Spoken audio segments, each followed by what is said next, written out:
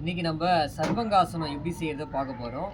இந்த சர்வங்காசனம் செய்கிறதால இந்த சுவாதிஷ்டான சக்கரம் சொல்லக்கூடிய இந்த தைராய்டு சம்பந்தமான பாதிப்புகள், அதே போல் ஜீரண சக்தியை அதிகப்படுத்துவதற்கும் தூக்கம் சரியாக வரல சொல்கிறவங்களுக்கும் இந்த ஆசனம் வந்து மிகப்பெரிய முறையில் உதவி செய்யும்.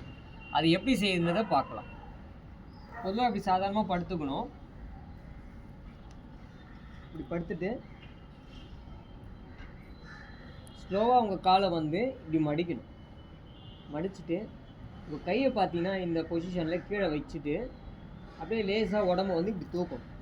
இப்படி தூக்கிட்டு கொஞ்சம் கொஞ்சமாக வந்து இப்படி ஸ்ட்ரைட்டாக எடுத்துன்னு வந்து 90 டிகிரியில் உங்களுடைய காலை வந்து தூக்கணும்.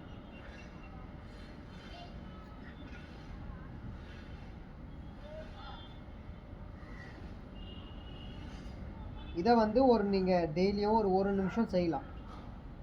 இப்படி கொஞ்சம் கொஞ்சமாக நீங்கள் செய்து பழகிறதால உங்களுக்கு தைராய்டு சம்பந்தமான பாதிப்புகள், அதே போல் சரியாக தூக்கம் வரல சொல்கிறவங்களுக்கு இந்த சர்வங்காசனம் மிகப்பெரிய முறையில் உதவி செய்யும். நன்றி, வணக்கம்.